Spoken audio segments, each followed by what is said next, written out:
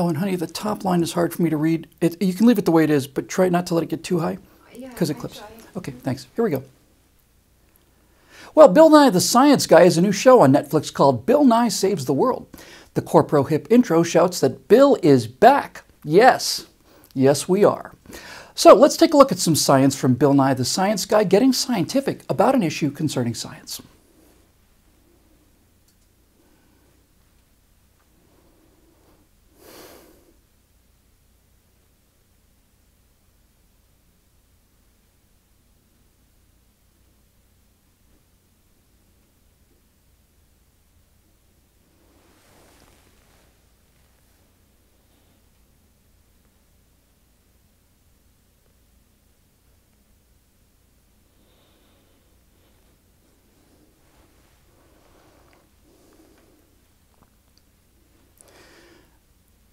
You know, some things make me ashamed to be an American, some things make me ashamed to be human, but this video, it makes me ashamed to be a mammal. This video makes me ashamed to be made out of matter. Bill Nye Saves the World lectures us here about sexuality. Bill Nye Saves the World also lectures us about other things, but the one thing that Bill Nye and all of the other sex junk peddling progressives are really lecturing us about is our lack of respect for science. You see, we conservatives are just too plain stupid to understand the nuanced complexities of scientific concepts such as versatile love may have some butt stuff. It's just beyond our limited comprehension. So thank God for science and a 61-year-old dressed like Pee Wee Herman only without the fashion sense, laying down the fat science beats with DJ Seahorse. Bill Nye also has a YouTube video describing what would happen if all the ice on Earth were to melt. Now, the only problem is National Geographic says that this process would take 5,000 years if the average world temperatures went from the current 58 degrees Fahrenheit to 80 degrees Fahrenheit instantly. And frankly, given your progressive policies, Bill, I'm not sure that places like Detroit and Chicago and Newark are going to be inhabited in 5 years, let alone 5,000.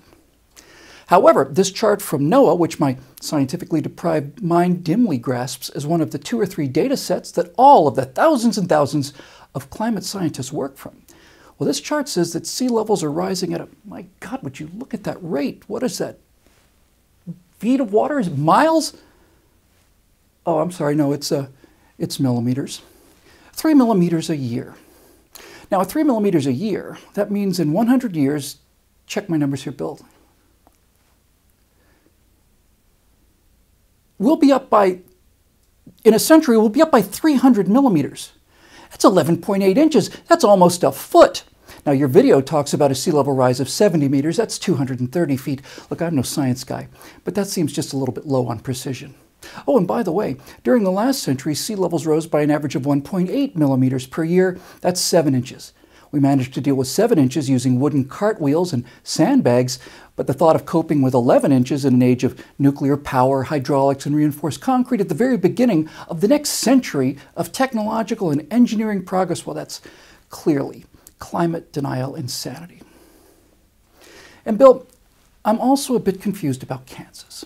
Just take it from there, honey. I'll just take it. And Bill, you can leave it right there.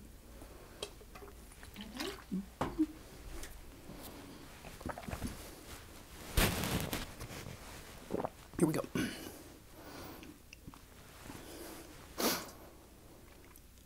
And Bill, I'm also a bit confused about Kansas. One more time. And Bill, I'm also a bit confused about Kansas. Science tells us that during the late Cretaceous period, around 80 million years ago, let's say, Kansas was directly under the Western Interior Seaway. That was a vast inland ocean, 2,000 miles long, 600 miles wide, and 2,500 feet deep. And 80 million years ago, Kansas wasn't just grass. There were plesiosaurs and masses of fish in the ocean. There were, doggone it, pterosaurs. Back up to where we were, please, honey. This? Another one? Mm-hmm.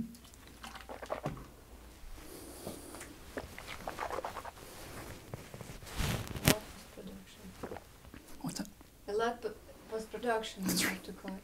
Here we go. Bill, to be honest, I'm also a little bit confused about Kansas.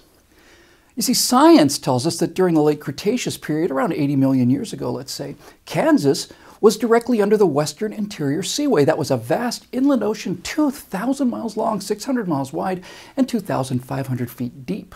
And 80 million years ago, Kansas wasn't just grass. There were plesiosaurs and masses of fish in the ocean, pterosaurs in the air, and T-Rex and Triceratops and velociraptors and all the rest on the balmy shores of neighboring Nebraska. Now here's where I get a little confused, Bill. Current CO2 levels are about 400 parts per million, and guys like you say if they get to 450 parts per million, then our children are going to burn and then they'll drown. But 80 million years ago, CO2 levels were about 1,000 parts per million. During the Cambrian period 500 million years ago, CO2 levels were 7,000 parts per million. So 80 million years ago, Kansas was under 2,500 feet of water, but 80,000 years ago, Kansas wasn't under a half a mile of water. Kansas was under 2 miles of ice. CO2 levels fell to about 180 parts per million. That was pretty much the all-time low. So just a couple of ape-like questions for you, Bill. Your science guy intellect not only awes and impresses, but it also frightens and confuses me. So, 1, whose factories and auto emissions got CO2 to 2.5 times current levels back 80 million years ago? 2, how did CO2 levels go from a Cambrian high of 7,000 parts per million to a Quaternary low of 180 without Al Gore, Leonardo DiCaprio, and other science guys making big bucks by saving the planet? And 3, CO2 levels falling from 7,000 parts per million to 180 parts per million, and Kansas going from half a mile underwater to 2 miles under the ice. It sounds a bit like the climate changed, and we need to vote Democrat to make sure that the constantly changing climate never changes again. Did I get that more or less right? Science says that the world has been far hotter and far colder than it is right now, and CO2 levels have been 10 times higher than the worst case scenario of sex-junking science guys like Bill Nye. Science says that the current 400 parts per million is closer, it's a lot closer, to the all-time low of 180 parts per million CO2 than it is to the all-time high of 7,000 parts per million.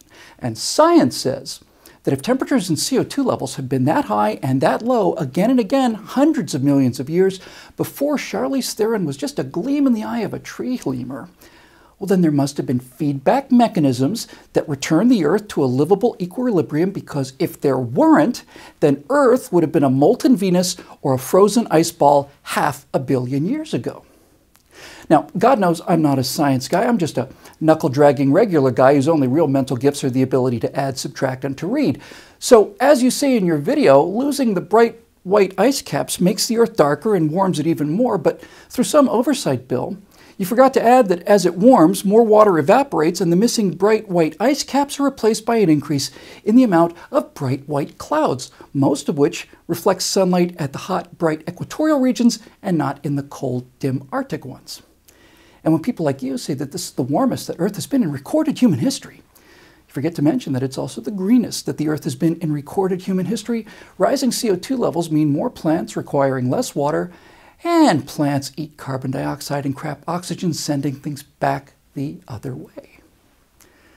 Oh, and recorded human history is less than 1% of 1% of the age of the Earth, so it's not really all that impressive, really, is it? So, hey, maybe we don't need Bill Nye to save the planet. Maybe life on Earth is here and remains here because of these negative feedback mechanisms, and the Earth has no need of Bill Nye, nor progressives at all for that matter, because the planet is built to save itself. Ooh, that was a good read. I think that was fun. That was a lot of fun.